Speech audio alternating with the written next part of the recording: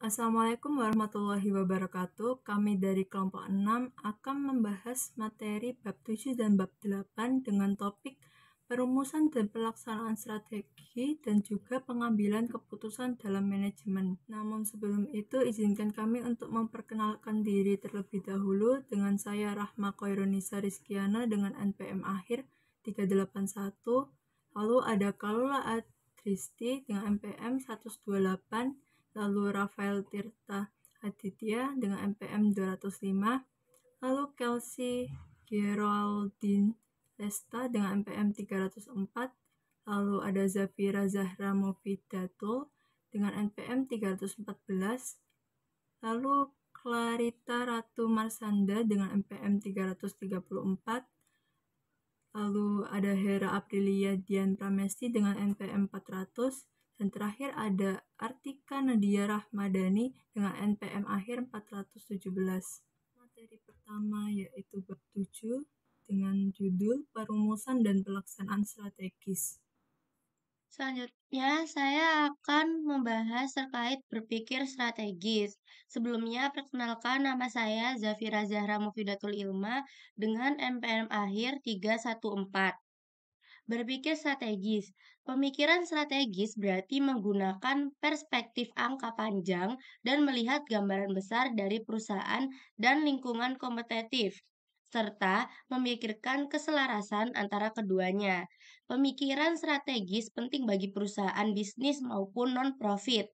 Pada organisasi bisnis, perencanaan strategis biasanya berkaitan dengan peristiwa-peristiwa di lingkungan eksternal. Penelitian menunjukkan bahwa pemikiran dan perencanaan strategis berdampak positif terhadap kinerja dan keberhasilan finansial Perkenalkan, nama perusahaan. saya Clarita Ratu Marsyana Murti dengan NPM akhir 334 dan di sini saya akan menjelaskan apa sih manajemen strategis itu. Manajemen strategis adalah serangkaian keputusan dan tindakan yang digunakan untuk merumuskan dan melaksanakan strategi yang memungkinkan kesesuaian sangat kompetitif antara perusahaan dan lingkungannya sehingga dapat mencapai tujuan perusahaan. Dengan menerapkan manajemen strategis yang baik, perusahaan bisa menghadapi perubahan pasar, memanfaatkan peluang, dan mengatasi tantangan dengan lebih terstruktur. Ini menjadi kunci bagi keberhasilan dan keberlanjutan bisnis di era persaingan yang semakin ketat. Jadi, mengapa manajemen strategi itu penting? Karena tanpa strategi yang tepat, perusahaan akan sulit berkembang dan beradaptasi. Selanjutnya, saya akan menjelaskan tentang proses manajemen strategis. Manajemen strategis bukan hanya sekadar merancang strategi, tetapi juga melalui proses yang sistematis agar perusahaan dapat mencapai tujuan dengan efektif. Proses ini diawali dengan menganalisis lingkungan eksternal seperti kondisi pasar, tren industri, dan faktor global yang dapat mempengaruhi bisnis. Selanjutnya, dilakukan evaluasi terhadap lingkungan internal, mencakup sumber daya, keunggulan, dan kelemahan perusahaan. Dari analisis ini, kita menggunakan metode SWOT untuk mengidentifikasi kekuatan, kelemahan, peluang, dan ancaman yang dihadapi perusahaan. Setelah itu, perusahaan mulai merumuskan visi, misi, tujuan, serta strategi yang akan digunakan untuk mencapai target. Setelah strategi ditentukan, langkah berikutnya adalah mengimplementasikan strategi tersebut dalam operasional perusahaan. Ini mencakup perencanaan sumber daya, struktur organisasi, dan sistem kontrol yang mendukung strategi yang telah ditetapkan. Terakhir, perusahaan perlu melakukan evaluasi dan pengendalian strategi untuk memastikan bahwa pelaksanaan strategi berjalan sesuai rencana. Jika ada hambatan atau perubahan kondisi eksternal, perusahaan dapat menyesuaikan strategi agar tetap kompetitif. Jadi, proses manajemen strategi ini sangat penting karena membantu perusahaan beradaptasi, bersaing, dan berkembang dalam pasar yang dinamis. Assalamualaikum warahmatullahi wabarakatuh. Perkenalkan, nama saya Chelsea Gradinesta dengan NPM akhir 304. Jadi di sini saya akan melanjutkan materi yang sudah disampaikan oleh rekan saya. Merumuskan strategi dari tingkat perusahaan. Yang pertama itu ada strategi portofolio. Nah, strategi portofolio sendiri yaitu pendekatan yang digunakan perusahaan untuk mengelola kombinasi unit bisnis strategis atau SBU dan lini produk guna mencapai sinergi dan keunggulan bersaing. Tujuannya itu untuk mencapai keseimbangan portofolio yang mencakup berbagai misi bisnis, lini produk, saing, dan pasar, serta menghindari ketergantungan pada satu usaha. Nah, pendekatan dalam strategi portofolio ini ada dua, yaitu strategi pasif dan aktif. Pada strategi pasif, investor cenderung pasif dalam berinvestasi pada saham dan hanya mendasar pergerakan sahamnya pada pergerakan indeks pasar. Contohnya, strategi beli dan simpan atau buy and hold mengikuti indeks pasar. Yang kedua, strategi aktif. Investor secara aktif melakukan pemilihan dan jual beli saham, mencari informasi, mengikuti waktu dan pergerakan harga saham untuk menghasilkan return abnormal. Contohnya, pemilihan saham, rotasi sektor, dan momentum harga. Yang kedua ada matriks BCG atau Boston Consulting Group. Nah, matriks BCG ini merupakan alat analisis portofolio yang mengevaluasi unit bisnis berdasarkan tingkat pertumbuhan pasar dan pangsa pasar relatif. Tujuannya untuk membantu perusahaan mengalokasikan sumber daya dan menentukan strategi untuk setiap unit bisnis atau produk. Terdapat 4 kuadran matriks BCG. Yang pertama itu ada bintang atau stars. Ciri-cirinya pangsa pasar tinggi di industri dengan pertumbuhan cepat. Strategi yang dapat digunakan yaitu investasi berkelanjutan untuk mempertahankan atau meningkatkan posisi. Yang kedua ada sapi perah atau cash cows. Ciri-cirinya pangsa pasar tinggi di industri dengan pertumbuhan lambat. Strateginya memaksimalkan keuntungan dengan investasi minimal. Dana dapat dialokasikan ke unit lain. Yang ketiga ada tanda-tanya atau question marks. Ciri-cirinya pangsa pasar rendah di industri dengan pertumbuhan cepat. Strateginya evaluasi potensi, investasi selektif atau divestasi jika prospek tidak menjanjikan. Yang terakhir ada anjing atau dogs. Ciri-cirinya pangsa pasar rendah di industri dengan pertumbuhan lambat. Strategi yang dapat digunakan yaitu pertimbangkan divestasi atau penghentian operasi. Contoh penerapan dari General Electric atau GE, sapi perah, divisi peralatan rumah tangga dan penerangan dengan pangsa pasar stabil menghasilkan arus kas positif. Yang kedua ada bintang, divisi keamanan dan kesehatan yang berkembang pesat, investasi signifikan untuk inovasi produk. Yang ketiga ada tanda tanya, divisi energi terbarukan, investasi awal dengan harapan pertumbuhan di masa depan. Dan yang terakhir ada anjing, divisi keuangan konsumen, evaluasi untuk perbaikan atau kemungkinan penjualan. Yang terakhir ada strategi diversifikasi. Nah, strategi diversifikasi ini strategi di mana perusahaan memperluas bisnisnya ke area atau industri baru untuk meningkatkan pertumbuhan dan profitabilitas. Tujuannya mengurangi resiko dengan memiliki berbagai sumber pendapatan dan memanfaatkan sumber daya yang ada untuk mencapai pertumbuhan berkelanjutan. Terdapat jenis-jenis diversifikasi. Yang pertama itu ada diversifikasi terkait atau relate diversification. Ciri-cirinya memasuki bisnis baru yang memiliki keterkaitan dengan bisnis inti perusahaan. Contohnya perusahaan elektronik yang sebelumnya hanya memproduksi televisi, kemudian mulai memproduksi peralatan radio. Yang kedua ada diversifikasi tak terkait atau unrelated diversification. Ciri-cirinya memasuki bisnis baru yang tidak memiliki keterkaitan dengan bisnis inti. Contohnya, perusahaan makanan yang mulai berinvestasi di sektor perbankan. Yang ketiga ada diversifikasi horizontal, yaitu ciri-cirinya menambahkan produk atau layanan yang mirip dengan yang sudah ada dalam portofolio, tetapi untuk segmen pasar yang berbeda. Contohnya, perusahaan suatu olahraga yang mulai memproduksi sepatu formal.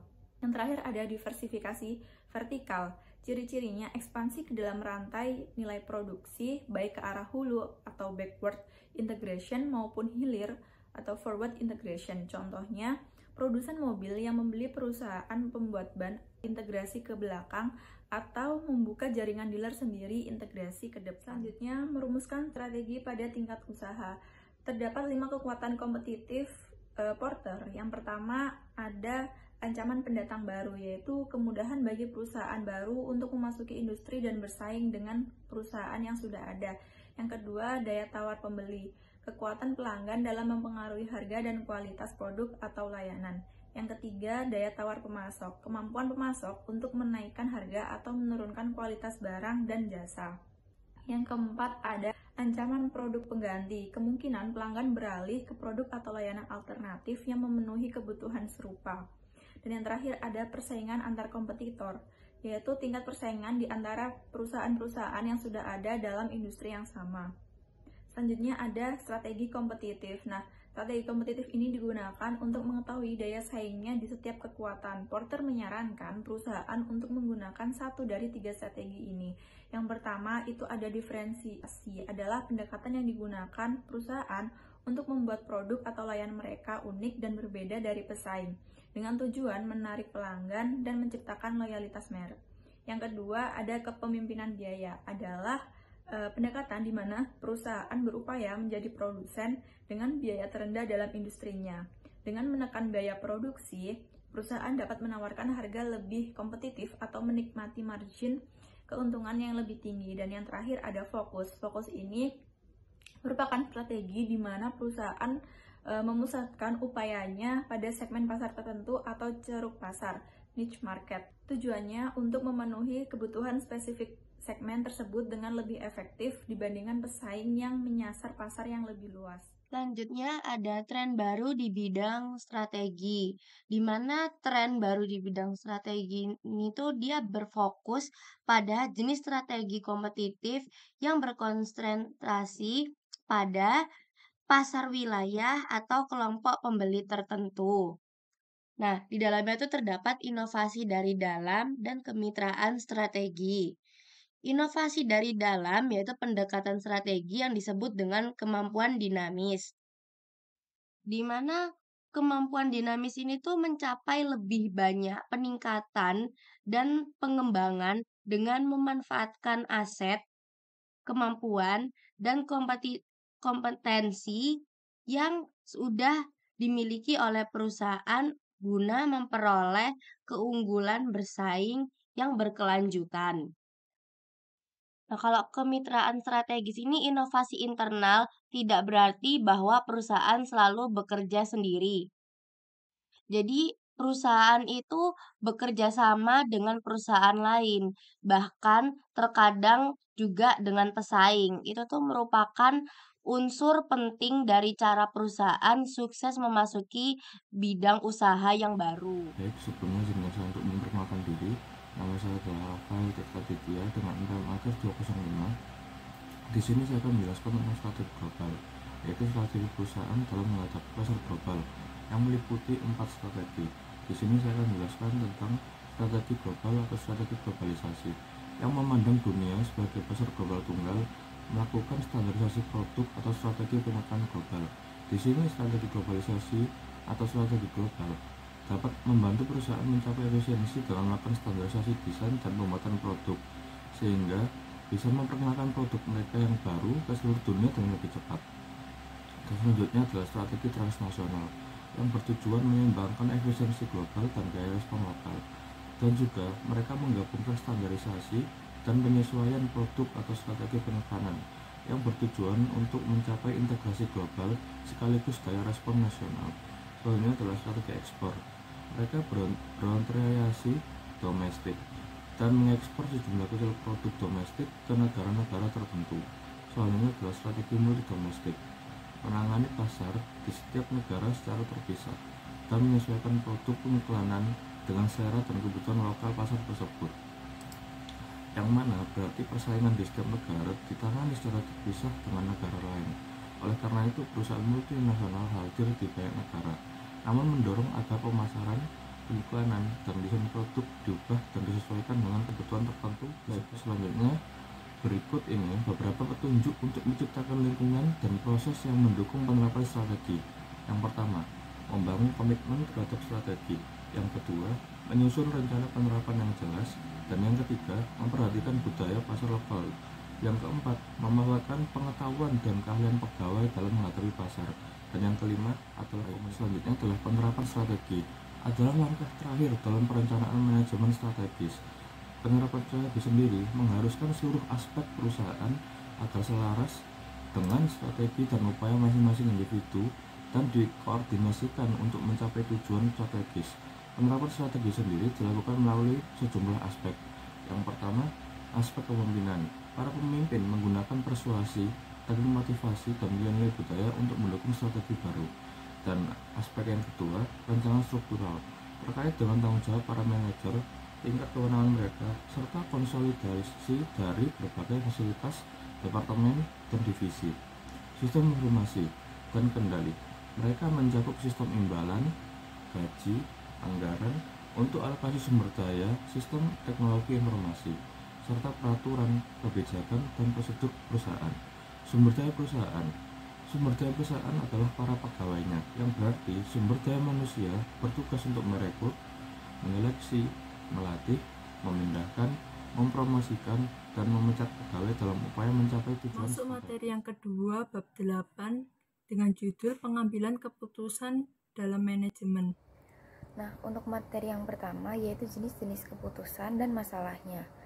Untuk keputusan yaitu hasil dari pemecahan masalah. Nah, sedangkan masalah ini perbedaan antara yang seharusnya terjadi dengan apa yang terjadi. Untuk selanjutnya yaitu ada keputusan. Keputusan ini merupakan suatu pilihan yang dibuat dari alternatif-alternatif yang ada. Sedangkan untuk pengambilan keputusan yaitu sebuah proses dalam mengenali masalah-masalah dan peluang-peluang untuk kemudian dipecahkan. Selanjutnya yaitu ada beberapa kategori dari jenis-jenis keputusan dan masalahnya. Yang pertama yaitu keputusan yang terprogram dan tidak terprogram. Untuk yang pertama yaitu keputusan yang terprogram merupakan sebuah keputusan yang berulang dan telah ditentukan sebelumnya. Dalam keputusan ini, prosedur dapat digunakan untuk menyelesaikan permasalahan yang dialami sebuah organisasi atau instansi. Yang kedua yaitu keputusan yang tidak terprogram. Merupakan sebuah keputusan yang diambil pada permasalahan yang unik dan belum pernah terjadi. Keputusan ini tidak terstruktur dan tidak memiliki prosedur baku. Berikutnya yaitu dalam kategori menghadapi kejelasan dan tidak kepastian. Menghadapi kejelasan ini memungkinkan seseorang untuk membuat keputusan dengan lebih mudah karena situasi sudah pasti dan terprediksi. Sementara itu, untuk menghadapi tidak kepastian, ini memerlukan kemampuan untuk beradaptasi, berpikir kreatif, dan mengambil keputusan dengan mempertimbangkan berbagai kemungkinan yang tidak dapat dipastikan. Baik, saya akan menjelaskan tentang model pengambilan keputusan. Yang pertama ada model klasik. Dalam pengambilan keputusan didasarkan pada asumsi ekonomi rasional dan keyakinan manajer tentang apakah seharusnya pengambilan keputusan yang ideal itu. Model klasik ini telah muncul dalam literatur manajemen karena manajer diharapkan untuk mengambil keputusan yang pantas secara ekonomi dan demi kepentingan ekonomi. 4 asumsi yang menggarisbawahi model ini adalah yang pertama, mengambil keputusan bekerja untuk mencapai tujuan-tujuan yang sudah diketahui dan disepakati. Masalah-masalah harus dirumuskan dan ditentukan dengan tepat. Yang kedua, pengambil keputusan bekerja keras dalam kondisi ketidakpastian dengan mengumpulkan informasi yang lengkap. Semua alternatif dan hasil yang mungkin didapatkan harus diperhitungkan.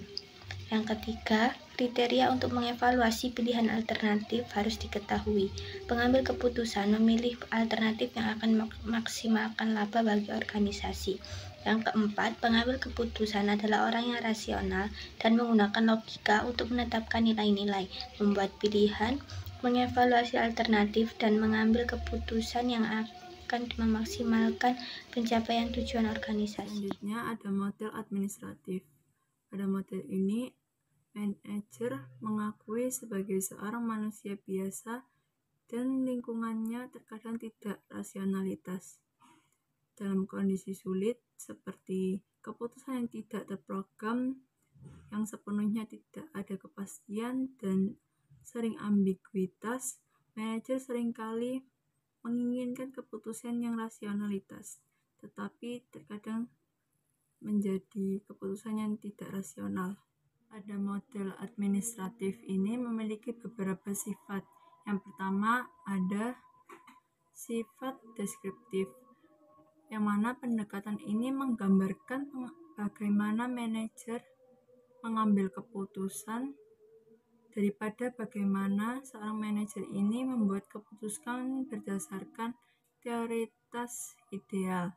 Yang kedua ada sifat rasionalitas yang terbatas. Konsep bahwa manusia memiliki waktu dan kemampuan kognitif ini memproses informasi dalam jumlah yang terbatas dan akan menggunakan dalam ambil keputusan. Yang ketiga ada sifat pemuasan.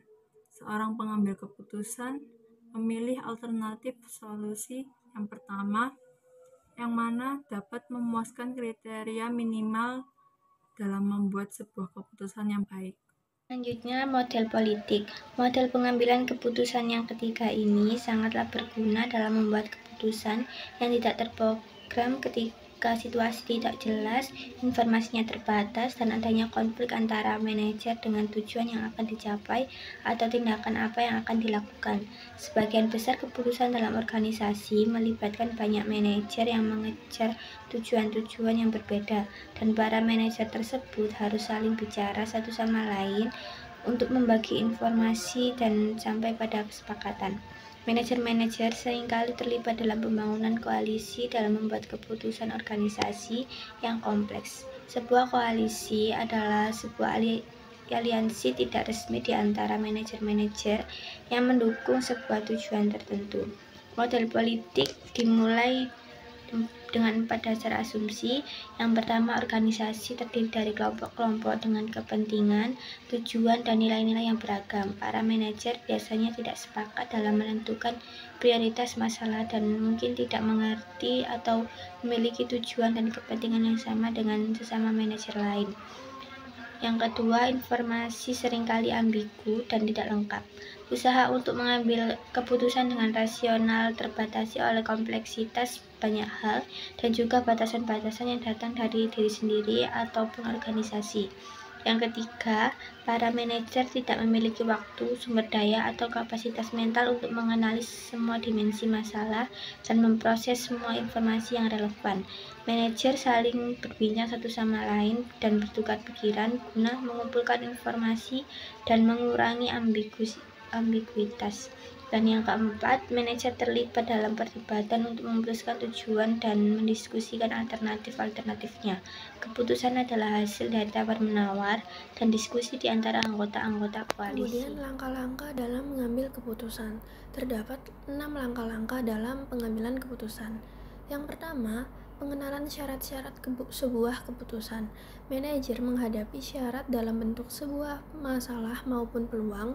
Masalah muncul ketika pencapaian organisasi kurang dari tujuan yang telah ditentukan, sedangkan peluang muncul ketika manajer melihat pencapaian yang potensialnya melebihi tujuan organisasi saat itu. Kemudian yang kedua, diagnosis dan analisis sebab akibat. Diagnosis adalah langkah dalam proses pengambilan keputusan di mana manajer menganalisis faktor sebab akibat penting yang berhubungan dengan situasi penting. Kemudian yang ketiga, pengembangan alternatif, membuat solusi alternatif yang akan menjawab kebutuhan yang ada dan memperbaiki sebab-sebab yang mendasarinya. Kemudian yang keempat, ada pemilihan alternatif yang dikehendaki. Setelah mengembangkan beberapa alternatif, organisasi harus memilih satu alternatif terbaik yang paling sesuai dengan tujuan dan nilai-nilai keseluruhan. Manajer perlu menilai risiko dan menggunakan intuisi serta pengalaman untuk memperkirakan keberhasilan. Lalu yang kelima, penerapan alternatif terpilih. Kemampuan manajerial, administrasi, dan persuasif yang dimiliki seorang manajer yang akan digunakan untuk menjamin bahwa alternatif terpilih akan dijalankan. Kemudian yang terakhir, evaluasi dan umpan balik. Para pengambilan keputusan akan mendapatkan informasi tentang seberapa baiknya mereka menerapkan keputusan yang telah mereka ambil dan apakah penerapan ini efektif dalam mencapai tujuan mereka. Kita akan membahas kerangka kerja keputusan pribadi. Jadi bagaimana Anda membuat keputusan penting yang sekiranya akan membentuk masa depan departemen atau perusahaan. Sejauh ini kita telah membahas sejumlah faktor yang mempengaruhi manajer dalam mengambil keputusan. Misalnya, keputusan dapat terprogram ataupun tidak terprogram. Situasinya dicirikan dengan beragam tingkat ketidakpastian dan manajer dapat menggunakan model klasik, administratif, atau politis yang telah dijelaskan sebelumnya. Selain itu, proses pengambilan keputusan mengikuti 6 langkah yang sudah kita ketahui. Bagaimanapun, tidak semua manajer membuat keputusan dengan cara yang sama. Bahkan, perbedaan yang signifikan membedakan cara-cara digunakan manajer dalam melakukan pendekatan terhadap masalah dan mengambil keputusan terkait masalah tersebut. Perbedaan ini dapat dijelaskan dengan konsep gaya pengambilan keputusan atau decision styles, seperti pada tabel peran gaya pribadi dalam proses pengambilan keputusan. Gaya pribadi pengambilan keputusan mengacu pada perbedaan antara orang-orang yang berhubungan dengan cara mereka mengevaluasi masalah, mengembangkan alternatif, dan membuat pilihan. Sebuah penelitian telah menemukan 4 gaya pengambilan keputusan. Yang pertama ada direktif, analisis, konseptual, dan behavioral. Gaya direktif digunakan oleh orang-orang yang lebih memilih solusi masalah yang sederhana dan jelas. Manajer yang menggunakan gaya ini seringkali mengambil keputusan dengan cepat karena ia tidak suka berurusan dengan banyak informasi dan mungkin hanya mempertimbangkan 1 atau 2 alternatif. Ia yang lebih memilih menggunakan gaya direktif biasanya bersifat efisien dan rasional dan memilih untuk mengandalkan peraturan atau prosedur yang ada dalam mengambil keputusan. Manajer dengan gaya analis senang mempertimbangkan solusi yang kompleks berdasarkan data sebanyak mungkin yang dapat mereka kumpulkan. Orang-orang seperti ini mempertimbangkan alternatif dengan hati-hati dan seringkali mendasarkan keputusannya pada data yang objektif dan rasional dari sistem kontrol manajemen serta sumber-sumber. Mereka mencari keputusan terbaik yang mungkin ada berdasarkan informasi yang tersedia. Seorang manajer memang diharuskan mengambil keputusan yang baik bagi sebuah perusahaan. Namun, terdapat beberapa faktor manajer mengambil keputusan yang salah. Yang pertama, ada faktor terpengaruh oleh kesan pertama. Manajer cenderung terlalu mengandalkan informasi awal sebagai jangkar dalam pengambilan keputusan, yang dapat menyebabkan perkiraan yang keliru. Yang kedua, faktor membenarkan keputusan yang lalu. Manajer seringkali tetap mempertahankan keputusan sebelumnya, meskipun sudah terbukti tidak efektif, demi menghindari pengakuan kesalahan. Yang ketiga, faktor melihat apa yang ingin dilihat. Ada kecenderungan untuk mencari dan mempercayai informasi yang mendukung keyakinan ia, sementara mengabaikan fakta yang bertentangan. Yang keempat, ada faktor mempertahankan keputusan FOMO. Manajer enggan mengambil resiko dengan eksplorasi ide baru dan cenderung tetap pada metode yang sudah ada, meskipun ada peluang inovasi yang lebih baik. Yang faktor kelima, terpengaruh oleh kerangka masalah. Cara suatu masalah dikemas atau disajikan dapat mempengaruhi keputusan, meskipun esensinya sama, sehingga menghasilkan bias dalam pemilihan strategi. Keputusan keenam, terlalu percaya diri. Manajer seringkali melebih-lebihkan kemampuan mereka dalam memprediksi hasil, sehingga membuat keputusan tanpa mempertimbangkan ketidakpastian secara realitas. Materi yang selanjutnya yaitu pengambilan keputusan kelompok yang inovatif. Yang pertama, mulailah dengan curah gagasan. Curah gagasan mengharuskan adanya sekelompok orang yang berkumpul secara langsung untuk memberikan alternatif-alternatif dengan cakupan yang sangat luas secara spontan untuk melakukan pengambilan keputusan. Curah gagasan elektronik mengumpulkan orang-orang dalam sebuah kelompok interaktif melalui jaringan komputer untuk memberikan alternatif-alternatif, terkadang disebut dengan brainwriting. Kemudian yang kedua, terlibat dalam perdebatan yang sengit.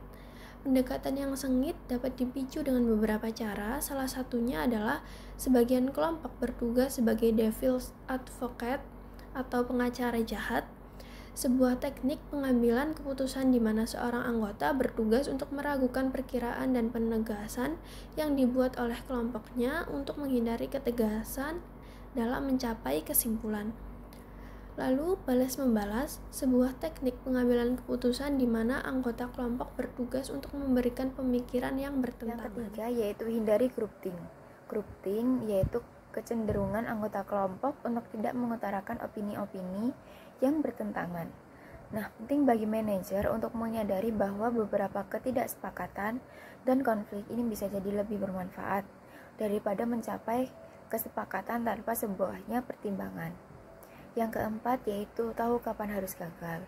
Komitmen ekalasi, yaitu kecenderungan untuk terus menginvestasikan sumber daya pada proyek yang gagal, meskipun sudah jelas bahwa proyek tersebut tidak akan berhasil karena kesenggangan untuk mengakui kesalahan atau kegagalan. Setelah dijelaskan bab 7 dan bab 8 oleh teman-teman saya tadi, apa ada yang ditanyakan?